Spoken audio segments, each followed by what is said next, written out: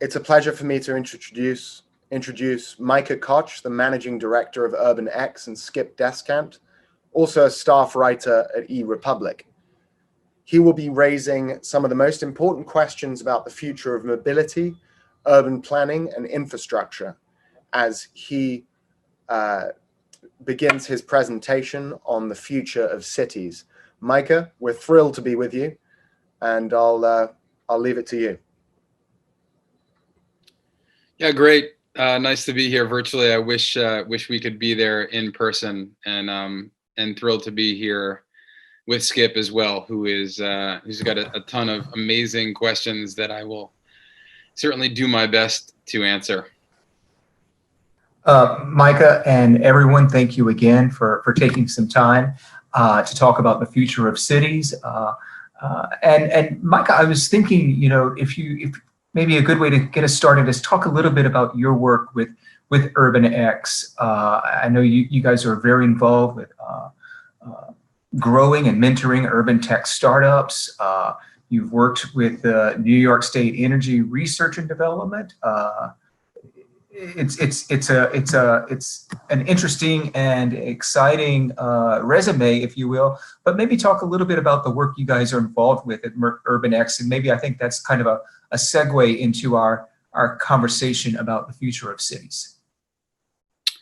Yeah, I'm incredibly privileged to be working at URBANX, where I'm the managing director. So essentially, we work with early stage companies who are reimagining city life with the premise around decarbonization and resilience, right? That if we're going to solve the climate challenge, we have to look at cities. And if we're going to look at cities, we have to look at things like mobility and transportation, which are about 30% of our emissions profile here in the US. The built environment, which is roughly another 30%, and industry. We also look at things in clean water, waste, food systems, public health and safety, although we don't do any medical diagnostics or devices or anything like that. Sure. But really anything that can make city life brighter, can make city life more efficient, more enjoyable, more equitable. And this initiative was created about 4.5 years ago by Mini, the automotive manufacturer that's owned by the BMW Group. I think the real reason I get this all the time is, if you look at the history of Mini, it was started by a really interesting engineer and designer named Sir Alec Isagonis, who it turns out was actually a refugee from war. Started the company after World War II during the first gasoline crisis in the late 1950s, really at the urging of the Prime Minister at the time, who said, we need a better way for Londoners to get around.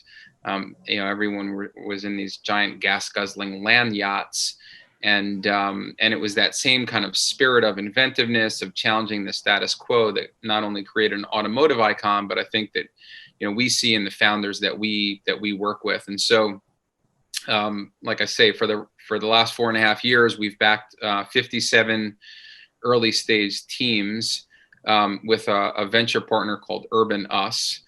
And those are teams like Blueprint Power that are working on distributed generation and on-site renewables. There are teams like Mobilize, which is developing an algorithm to help identify prospective EV buyers. Teams like Robotics, who are using AI to help identify where road infrastructure improvements need to be made. So it's a pretty diverse mix of founders who are trying to solve some of the biggest problems that cities face. Yeah, those are all great areas to explore, and thank you for giving us that sort of backstory of Mini. I did not know it, and so I really appreciate hearing about that level of innovation post World War II. That was great. I think right in that sort of wheelhouse, is this issue of sustainability, energy. Obviously, many of us here at GovTech all feel that the climate crisis is the signature crisis of the moment. And I was thinking, maybe give us your thoughts about kind of when we think about transportation and energy in cities, what's some of the most sizable trends you're seeing from your perspective over at URBANX? I'll sort of as kind of the backstory. I know in few years ago, micromobility and on-demand everything kind of was all everyone was talking about in transportation. Also, and it was often sort of looked at as this sort of mechanism for slowing car use, slowing greenhouse gases. How have these movements evolved and shaped, particularly given the COVID crisis? Yeah, so it's a really interesting question, and I will say that the idea of these connected crises, I think, is really interesting to me. I hear a lot of folks say like, well, I can't wait until 2020 is over. But it does seem to me that the challenge around the climate crisis and the challenge around the employment crisis and the equity and social justice crisis,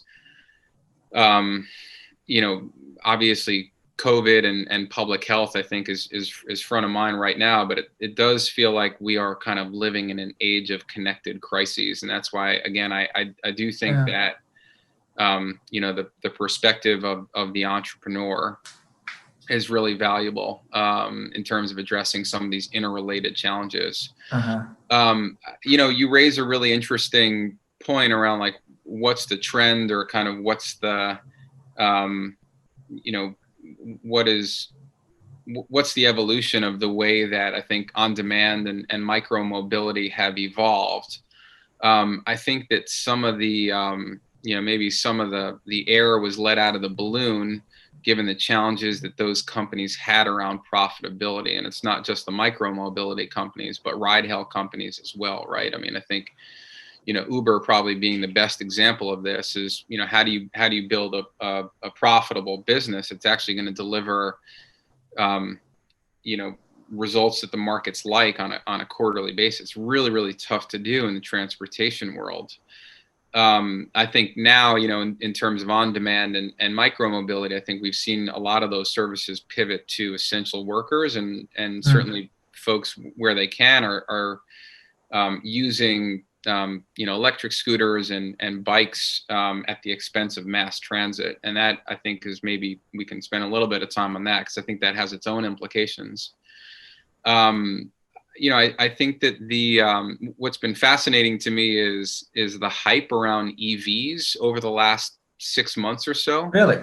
Yeah, I mean, the amount of SPACs that have been done around electric vehicles, from Fisker, to what's happening with Nikola, although that's hydrogen and not EV. I mean, I think it's captured the public imagination in a way that feels eerily reminiscent of Bitcoin in 2016. But I do think a real flash in the pan, but nonetheless, yeah.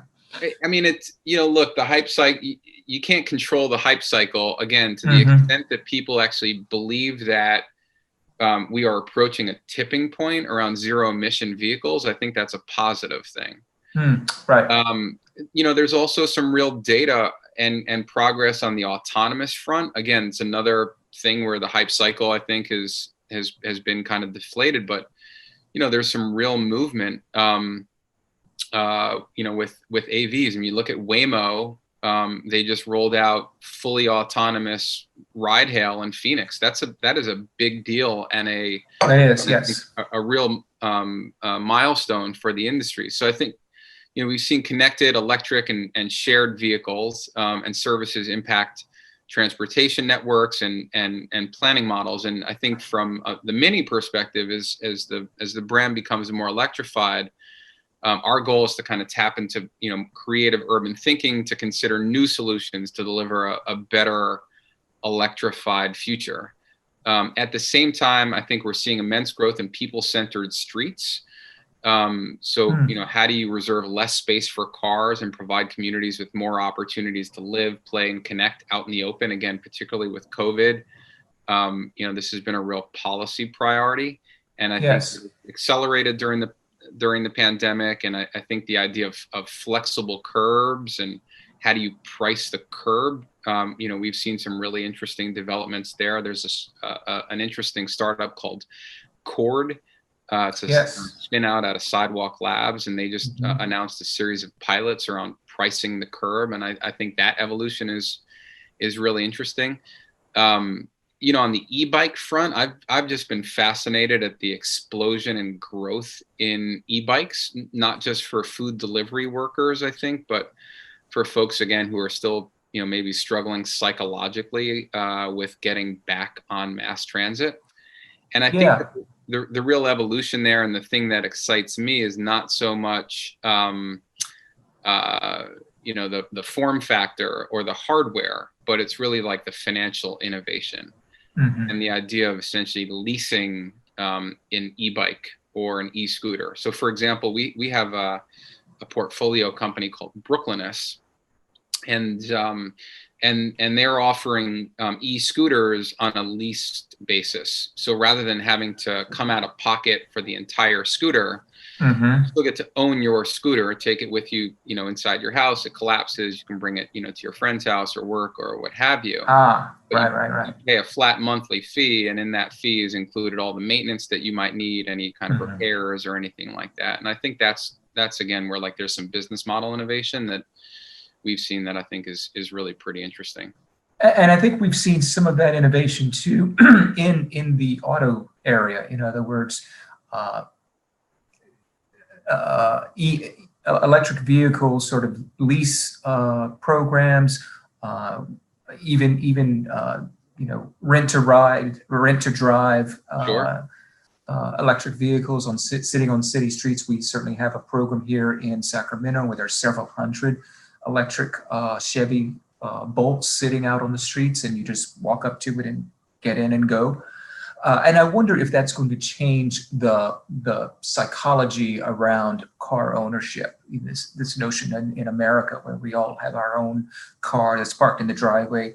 And in theory, in reality, they don't get used very much. I believe the one statistic I've seen is that cars spend 95% of their life just being parked.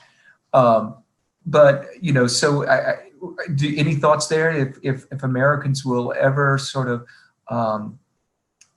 pull themselves away a little from the car, particularly in cities? Yeah, so I'm glad you gave me that qualifier at the end. I think that it's a question, right? If you have your own driveway, less likely to share a vehicle, I think. If you have to worry about parking, and insurance is really expensive and so on and so forth, maybe it's a different story, right? And so, again, I think that there is something to be said for the idea that, your vehicle is essentially your vehicle.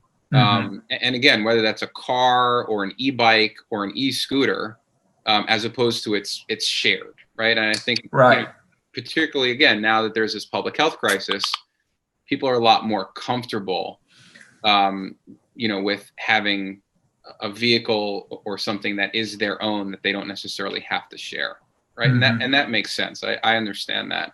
Sure. In terms of the access economy, I'm still very bullish on that idea that essentially, you pay for an asset when you need it.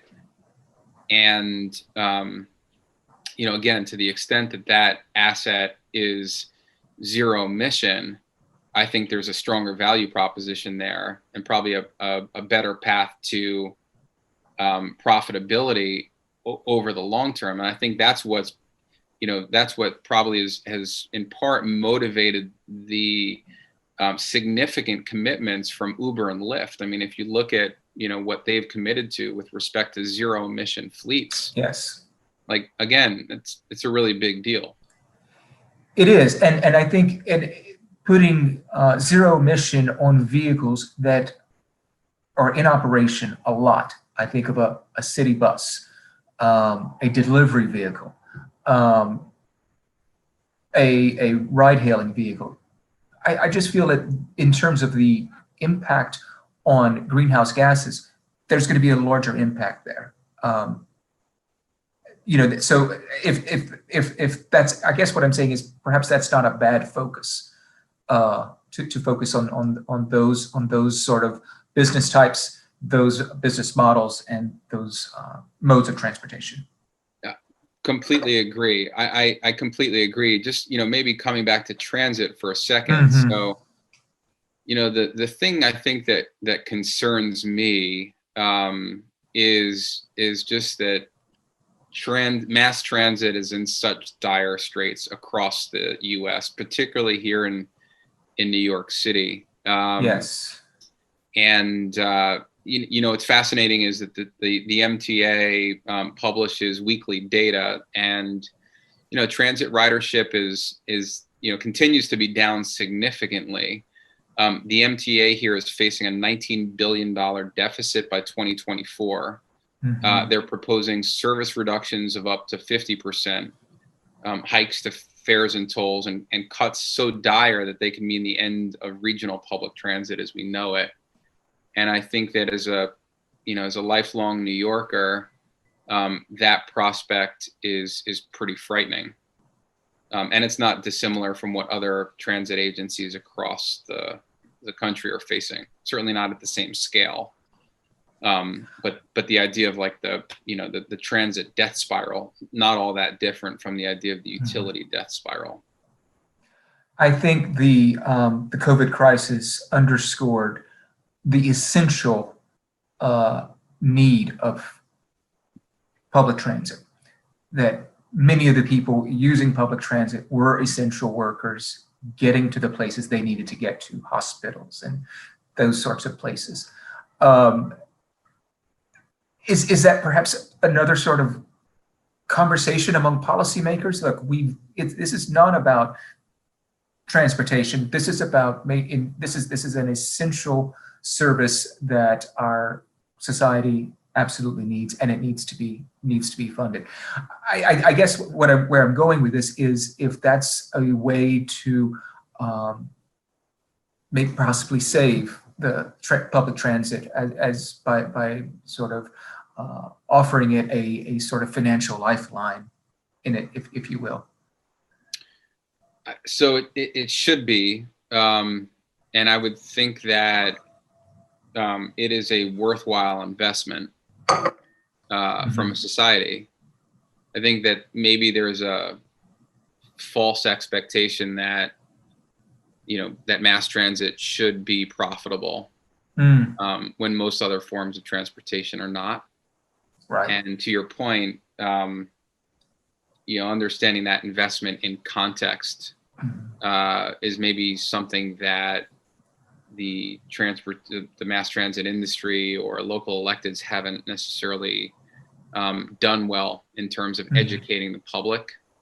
But I think as with many things around this question of energy and mobility and climate, a lot of the decisions also come back to federal leadership. Of course, yeah.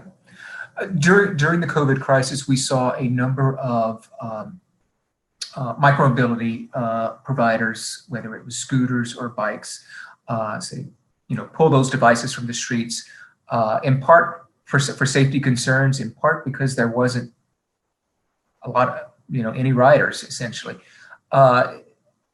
We're seeing movements in the transit space of bringing the public sector and the private sector together to form partnerships.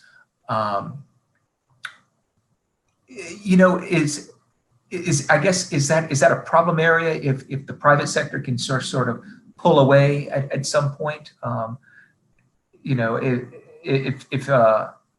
The thing about transit is it was always there. The transit agencies did not stop operating. Right. They provided that public service that is part of their charter. However, I think much to the chagrin too of transit leaders, that micromobility said, well, this is not going to work for us right now, but so we'll see you later.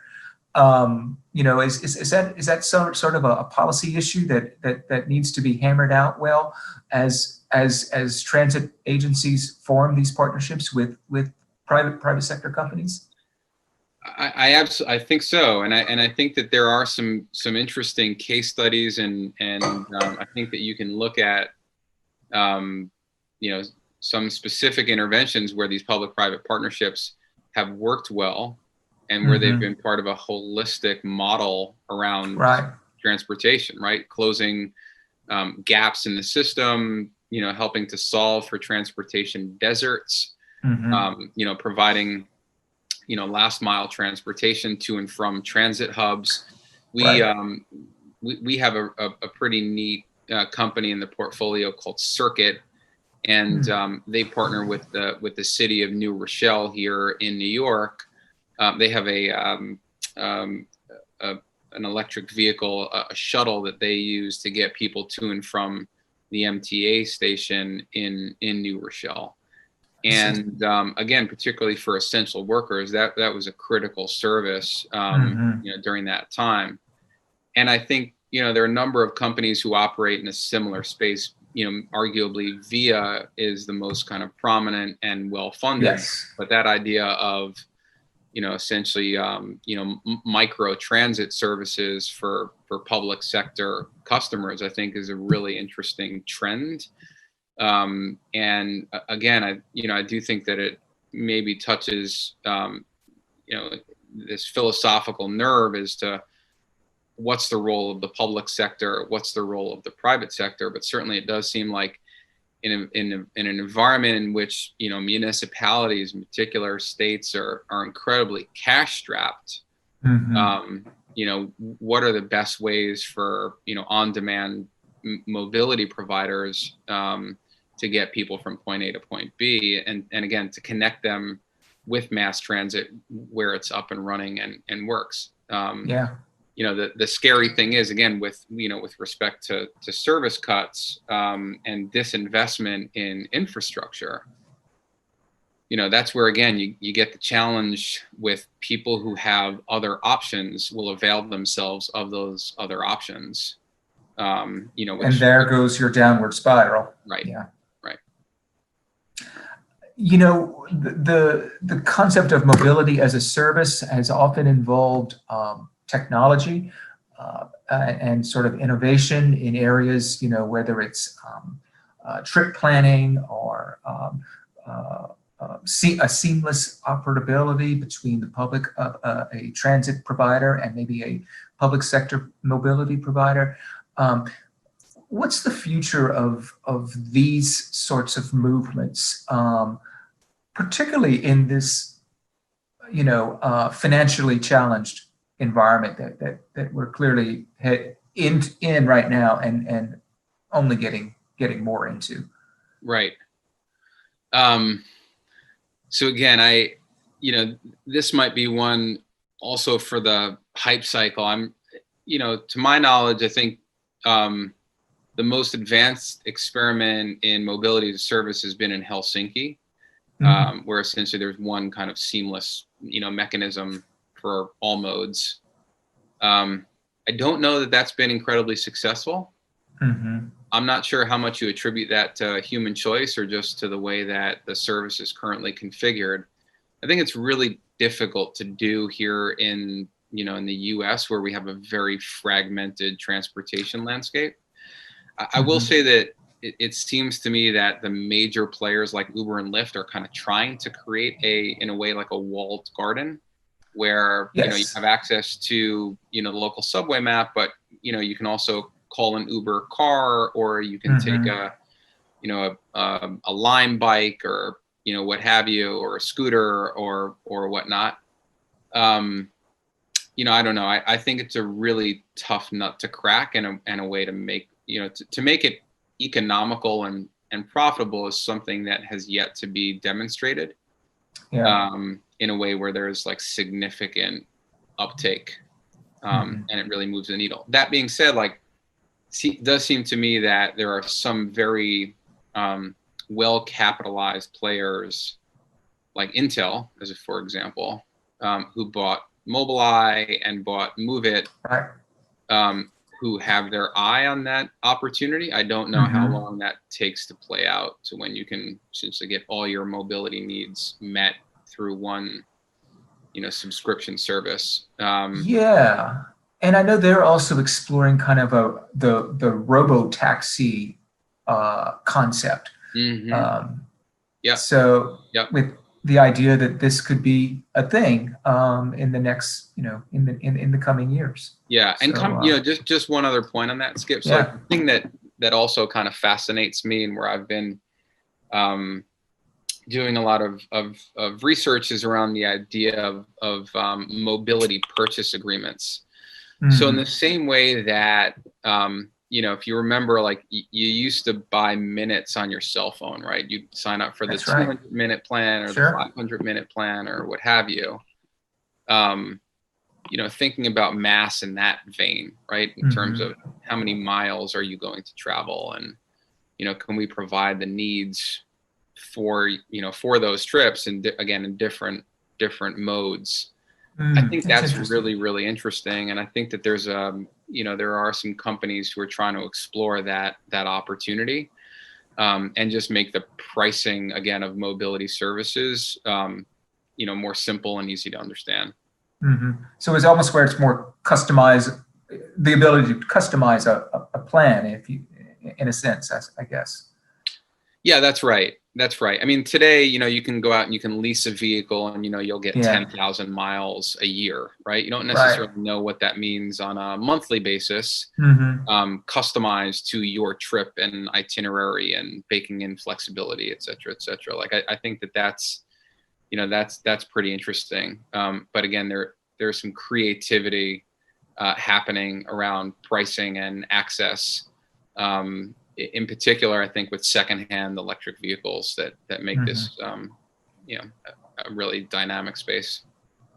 Thinking about electric vehicles, and we sort of touched on this a little bit earlier. Do you have a sense that these will become mainstream, let's say by 2025 in at least some parts of the country? Well, I guess it depends on how you define mainstream. I feel like if you're in Silicon Valley, then Teslas are probably pretty mainstream now. Yeah, that's true. Is it in Peoria? Will EVs be mainstream? Probably not. Probably not. Right. But on the commercial side, I think actually that entities like Amazon have made some pretty big bets on startups like Rivian, and so there are some significant commitments there. And again, people will do the right things for the wrong reason. And so to the extent that there's a cost advantage with respect to EVs, great that it also meets emissions reduction goals. On the passenger side, I think that's the tougher haul, although it does seem to me like America is becoming a big pack market. And, I don't know if the name Lucid rings a bell, but, it's started by a former co-founder of Tesla, really interesting EV company. They came out with a very high-end vehicle that will have a 500-mile range. I see. And so I think, in terms of range extension and the way that battery packs are developing, I don't know if it's by 2025, but I think that, look, all the major OEMs have made some pretty significant commitments around their EV lineup. I think the big question is whether or not, consumers think that they perform better, they're more fun to drive,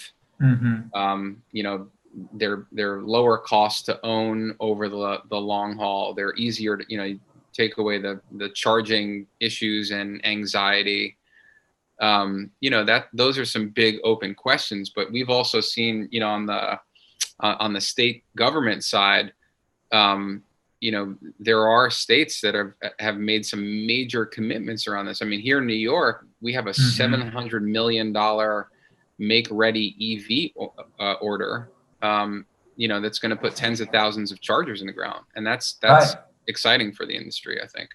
Yeah, the charging infrastructure is often regarded as, understandably, an essential part of this equation.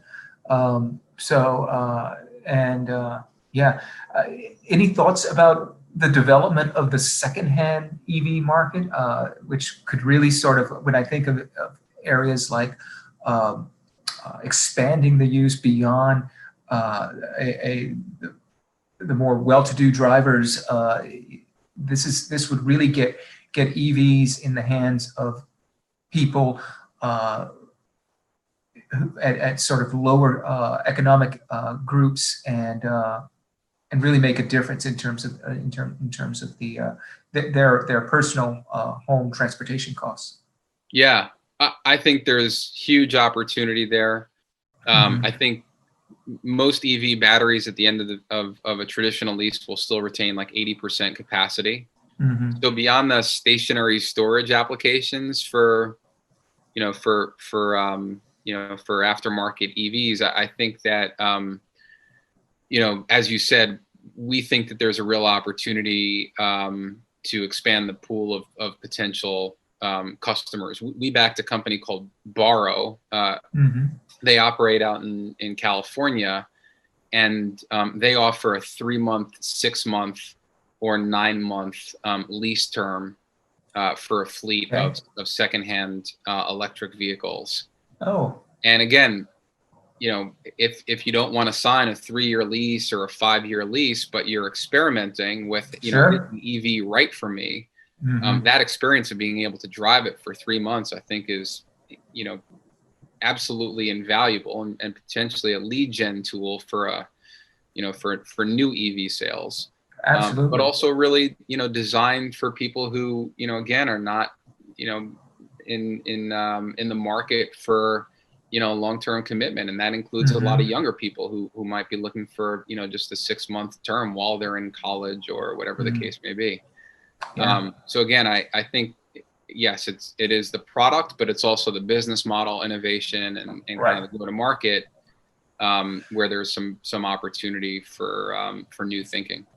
Mm-hmm. When thinking about innovation in either the transportation or the energy space, who seems to be, or what seems to be sort of leading in that conversation? Is it the public sector, the private sector, academia, or is anyone leading? I guess. Any thoughts around that?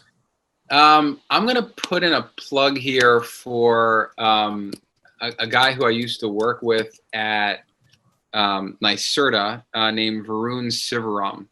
And Varun is a senior fellow at Columbia University's Center for Global Energy Policy.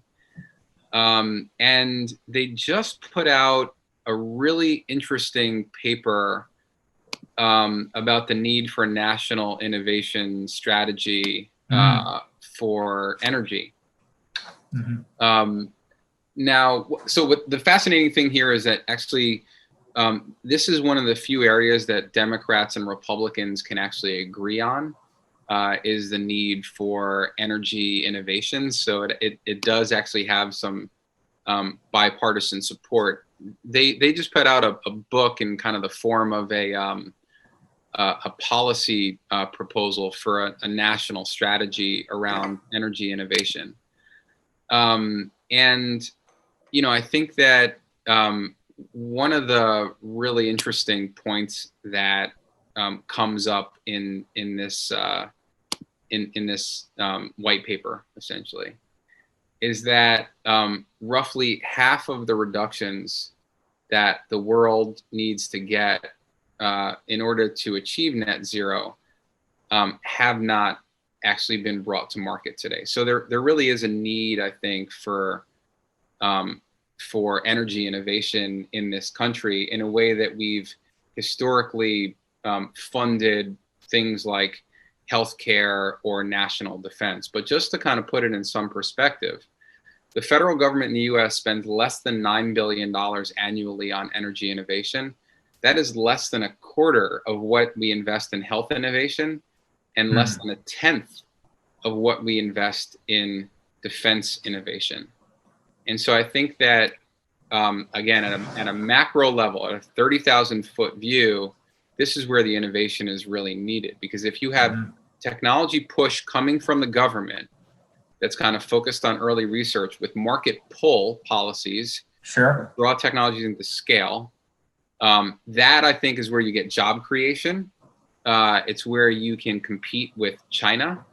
And it's where you get the emissions reductions ultimately that we need. And you see this in other countries, by the way, like government partnerships with industries, huge feature of the German innovation system, right? They have 66 Fraunhofer institutes that focus on practical research and industrial challenges. And I think, fundamentally, that's kind of what we need, is a massive investment at the federal level in these kinds of technologies in order, again, to reap the economic benefits and the job creation benefits and also the climate benefits. Yeah, and that perhaps that's a good segue into, we are today 2 weeks away from the close of the 2020 election season, where Americans will be choosing who will be their next president. Looking at the Trump administration and a possible Biden administration, and where do you see the most possibility for the kinds of energy innovation you just spoke of? Has there been a lot of traction in the last 4 years in those areas? And should we, could we possibly see more effort in that area in the next 4 years? Well, I mean, I think actually, so it's been interesting to me to see the Biden campaign, take ideas from, the quote unquote left, but people, for example, like Governor Jay Inslee in Washington, and really make, jobs and climate kind of a central part of his way to think about an economic recovery, which we desperately need in this country. I view this as kind of, one party has kind of abandoned science. And so it's not necessarily about, what we don't believe, but kind of who we are. And I think that, a Biden campaign has some, significant pledges around, $1 trillion commitments. I mean, you're talking about a $2 trillion commitment in his Build Back Better plan. Sure. And look, there's a lot of jobs that need to be done, and quite honestly, they should be done by people who are at the margins, right? I mean, jobs in energy efficiency and building retrofits. It's ideal. Those kind of jobs are ideal for people who have historically been underrepresented, and so it allows us to address the social equity issue, which I think has been at the forefront of what's been happening across cities, in this country. I'm cautiously optimistic. I'll say that. Sure. I think that there is a real opportunity to drive a much more inclusive and sustainable vision of the future. And I think that will have far-reaching impacts for people across the globe for years to come. And despite the suffering around us and the challenges to come, I'm optimistic that we've already embarked on a new path that can meet this moment. Certainly, you referred to a lot of innovation that is not happening in this space that could be happening, and it's a chance for the U.S. or someone to lead in this space. So I'm going to forgive me. I'm scrolling through some of my notes. Talking a little bit about car automation in cities. We touched on it a little bit when we were talking about sort of the Waymo and that sort of thing. Do you suppose we'll see some other types of automation sort of take hold? There have been some pilots in a number of cities. I think of, say, like Ann Arbor. There's Ann Arbor, Michigan. There's another one down in Peachtree Corners, Georgia, that's kind of looking at very small automated devices or remote operated devices to do things like deliveries and what have you. Are these sort of businesses going to take off, or do you see them having some potential? Yeah, I think certainly on the commercial fleet side, I think that's probably where we see it first. In food deliveries and logistics, I think that's probably where you get to the first use cases at scale. And on the passenger side, obviously, you're already seeing some degree of self-driving, if that's kind of what we're talking about. But, again, I think the Waymo example should be kind of a wake-up call for the industry. They are heads and shoulders above anyone else when it comes to, actual driving and miles on the road, and simulated miles. And I think, despite Elon's promises, I don't know if it's going to happen as quickly as, some people might think. But certainly on the delivery front, I think, you'll start to see more and more of it. I will say that I think that it begs kind of a policy question as to, what do last mile deliveries look like in cities?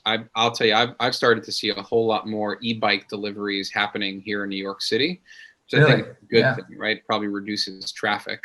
Absolutely. And you still have people who are, driving these bikes. So there is this whole job, there's a big question about, what happens to these jobs, again, in an environment where, you already have, record high unemployment.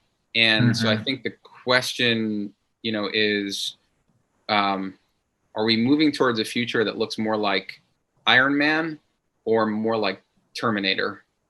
And I would hope that the future looks more like Iron Man. I think particularly on the utility side, right, there are ways that technology and automation can actually be used to augment people who are in the field, and to make them more productive, but to, again, continue to completely eliminate them, I think it's probably not a conversation that we as a society have